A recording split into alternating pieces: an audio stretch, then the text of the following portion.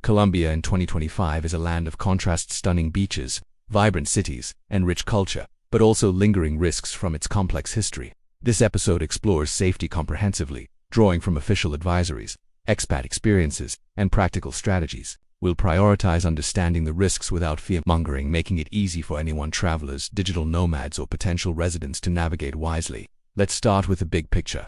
The U.S. State Department rates Colombia at level 3, reconsider travel, citing crime, terrorism, civil unrest, and kidnapping. The UK Foreign Office echoes this, advising against all but essential travel to certain regions. Why? Decades of conflict with armed groups like FARC, dissidents, and ILN have left pockets of instability. Though peace efforts since 2016 have improved major areas, crime stats show a 20% drop in violent incidents in cities like Medellin and Bogotá from arling levels, but challenges remain. Terrorism involves sporadic attacks, bombs, grenades in public spaces, often linked to narco-trafficking. Recent events include explosions in Cauca and Norte de Santander in early 2025, killing civilians and security forces. Regional breakdowns are crucial. Avoid level 4 zones: Arauca, Cauca, Bejaring, Papaya, and Norte de Santander. These have active terrorist groups and high murder rates. The Venezuela border is a no-go due to unmarked lines, kidnapping risks, and potential detention if you cross accidentally. Rural areas near Ecuador and Panama borders face similar issues with smuggling and armed clashes.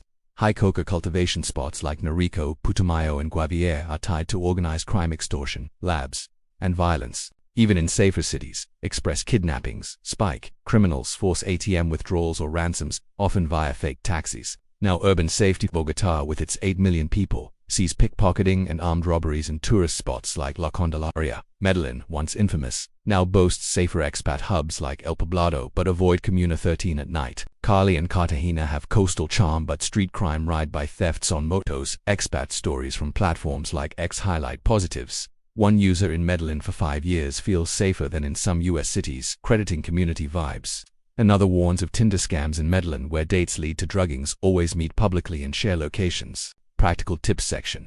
Blending in is rule 1. No, that Papaya means don't dangle opportunities, keep phones hidden, use crossbody bags, and avoid flashy items. For transportation, apps like Uber are lifesavers. Verify plates and share rides. Avoid street hails, many robberies start there. Public buses, okay in daylight, but watch for thieves. Night travel outside cities. Don't. Roads lack barriers, floods hit hard, and mudslides are common in the Andes. Scams evolve. Dating app lures end in assaults with scopolamine burundanga, causing blackouts.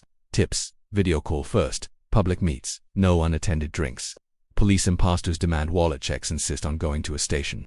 ATMs use indoor ones during business hours. Skimmers are rife. Natural risks. Colombia's on the Pacific Ring of fire: earthquakes in Santander and Andean regions.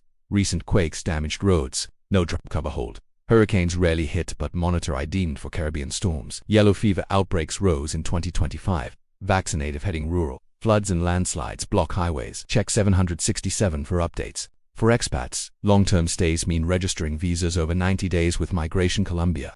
Dual citizens use both passports.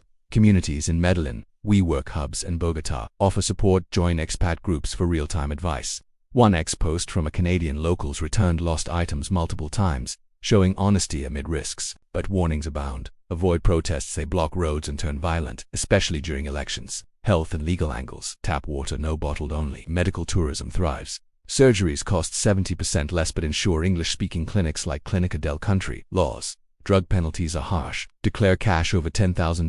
LGBTQ+. Legal, but rural acceptance lags. Deep expat insights. From Reddit and ex-nomads say Medellin safer than perceived, bursting with gratitude for vibes, but advise concealed carry if licensed, rare for foreigners. Families. Gated communities in Bogotá North are secure for kids.